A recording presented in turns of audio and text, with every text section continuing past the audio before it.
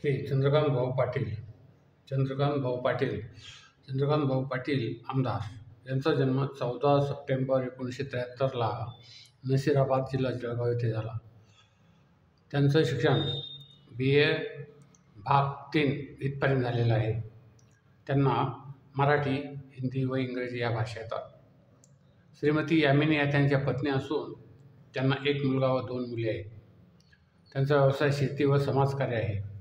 अपक्ष म्हणून ते 20 मुक्ताईनगर जिल्हा जळगाव या मतदारसंघातून निवडून आलेले आहेत आणि त्यांनी यापूर्वी जे काही महत्त्वाचं कार्य केलं त्या संदर्भातली ही थोडक्यात माहिती. सन 1998मध्ये ते मुक्ताईनगरचे शिवसेनेचा तालुका प्रमुख म्हणून काम केलं त्यांनी. 2008 ते 2019पर्यंत शिवसेना जळगाव जिल्ह्याचे ते प्रमुख होते. त्यानंतर 2007 ते 2012ला जिल्हा परिषद सदस्य जळगाव म्हणून त्यांनी काम केलेलं आहे आणि सामाजिक कार्याबद्दल त्यांना 2019मध्ये लोकमत समुदायातर्फे आयकॉन ऑफ खानदेश हा पुरस्काराने सन्मानित केलेले आहे. ऑक्टोबर 2019मध्ये महाराष्ट्र विधानसभेवर त्यांची निवड झाली. त्यांना वाचनाची आवड असून ICICI बँकेजवळ उसळ रोड, मुक्ताईनगर, जिल्हा जळगाव येथे त्यांचं निवासस्थान आहे आणि तसेच ऑफिसही कार्यालय त्यांचं तेथे आहे. तर 2019ला जे निवडणूक झाली मुक्ताईनगर 20 मतदारसंघामध्ये त्यामध्ये आमदार चंद्रकांत भाऊ निंबाजी पाटील यांना 91,092 इतकी मतं मिळाली अपक्ष म्हणून आणि एकूण मतदान झालं 1,96,220. तर यांनी म्हणजे खूप चांगल्या पद्धतीची मतं मिळवली. पण त्यांच्या विरुद्ध पार्टीचा जो होता श्रीमती रोहिणी खडसे, तर या रोहिणी खडसे भारतीय जनता पक्षाच्या यांना 89,135 इतकी मतं मिळाली. म्हणजे फक्त 2-1 हजार मतांचा फरक यामध्ये आला.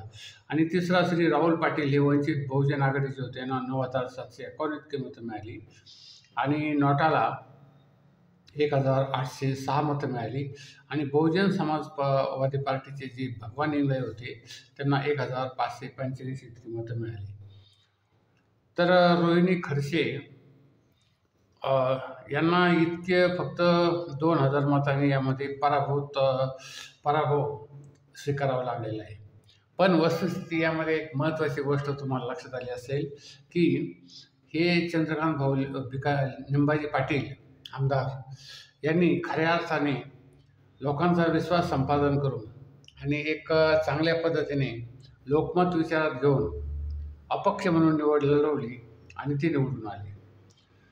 आता या मतदारसंघामध्ये एक खडसे, महाजन यांचा प्रभाव असतो आणि यामध्ये सर्वात महत्त्वाची गोष्ट असते की हे खडसे घराणं या मतदारसंघातून त्या मतदारसंघात, त्या पक्षातून या पक्षात, राष्ट्रवादी काँग्रेसमधून भाजपमध्ये, भाजपमधून राष्ट्रवादी काँग्रेसमध्ये, परत हे जे खडसे होते त्यांच्यावर देखील काही विविध प्रकारचे मंत्री असताना गुन्हे दाखल झालेले होते कोर्टामध्ये. त्यामध्ये सुनावण्या चालू आहेत. त्यामुळं हा प्रचार जर समजा जास्त प्रमाणामध्ये यांनी केलेला असला तर अशा लोकांना परत निवडून देण्याचं जे प्रयोजन आहे ते तशा पद्धतीनं असावं. आता रक्षा खडसे या तर आता मंत्री झालेले आहेत, त्यामुळं तो एक प्रश्न महत्त्वाचा आहे. म्हणजे यावेळेस थोडीशी हे चंद्रकांत पाटील यांना ही निवडणूक थोडीशी जड जाण्याची शक्यता आहे. कारण हे भारतीय जनता पक्ष आणि राष्ट्रवादी काँग्रेस आणि शिवसेना हे तिन्ही सत्ताधारी पक्ष आता एकत्र आलेले आहेत आणि त्यांनी अनेक योजना सुरू केलेल्या आहेत. आता त्या योजना ज्या सुरू केल्या त्या योजनाचे पैसे लोक अद्यापर्यंत आपले इतके सुशिक्षित झालेले नाहीत की चांगला उमेदवार, कार्य करणारा उमेदवार किंवा एक व्यवस्थितपणे ज्यांच्यावर जो आपल्या मतदारसंघाचं हित करेल मतदारसंघाचे प्रश्न सोडवू शकेल अशा पद्धतीचा एक चांगला उमेदवार, मग तो श्रीमंत असो, गरीब असो, पक्षाचा असो, अपक्ष असो, हे असं करणारे अद्यापर्यंत लोक नाही. लोक अजूनही थोडंसं बोलणारे लोक आहेत आणि निवडणुकीच्या काळामध्ये हे लोक जास्तीत जास्त बोलतात. कशाला बोलतात? पैशाला बोलतात, प्रचाराला बोलतात, भव्य दिव्य ज्या मिरवणुका निघतात त्यालाही बोलतात. यांच्या पाठीमागं खूप माणसं आहेत बाबा, यांच्या खूप मोठमोठे लोक आहेत. म्हणून तो एक भपका किंवा प्रभाव तो लोकमानसावर निवडणुकीच्या वेळेस पडत असतो. त्यानंतर तिसरी गोष्ट, यांची जे लोक असतात ते मतदारसंघामध्ये मिसळून आम्ही त्यांना मत देणार आहे, तुम्ही त्यांनाच मत द्या, अशा पद्धतीचे काही ठिकाणी पैसे वाटून, काही ठिकाणी धमक्या देऊन, गुंडगिरी करून या निवडणुका जिंकल्या जातात. म्हणजे आपल्याकडं जे लोक आहेत, कोणते मतदार, ते इतके प्रगल्भ झालेले नाही आहेत की त्यांना फक्त चिठ्ठी देऊन घरामध्ये सांगून की कोणाला मत द्यायचं हे न सांगता ते देऊ शकतील अशा पद्धतीचे उमेदवार नाही. आणि नोटाला यामध्येच खूप चांगल्या पद्धतीचे मतं मिळू लागलेले आहेत की म्हणजे यापैकी आम्हाला कोणताही उमेदवार नको, हा एक भाग झालेला आहे.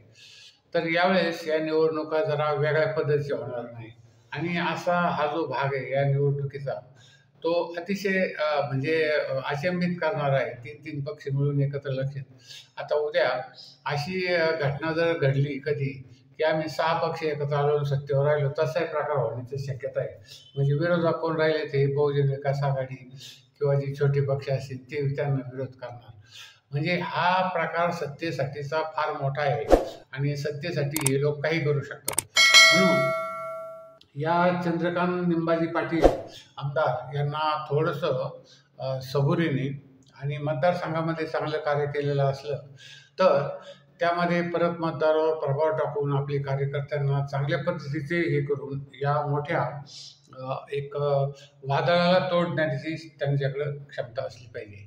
कारण हे परत अपक्ष लोकांना खूप वेगवेगळ्या प्रकारे हे मोहित करत असतात किंवा आमच्या पक्षात या किंवा आम्हाला हे करा. आता ही जी तिकीट आहे, ह्या मुक्ताईनगरचं तिकीट भाजपने फिक्स भाजपसाठी हे जवळजवळ केलेलं आहे. म्हणजे ते भाजपचा जो उमेदवार आहे यांच्या विरुद्ध राहणार आहे.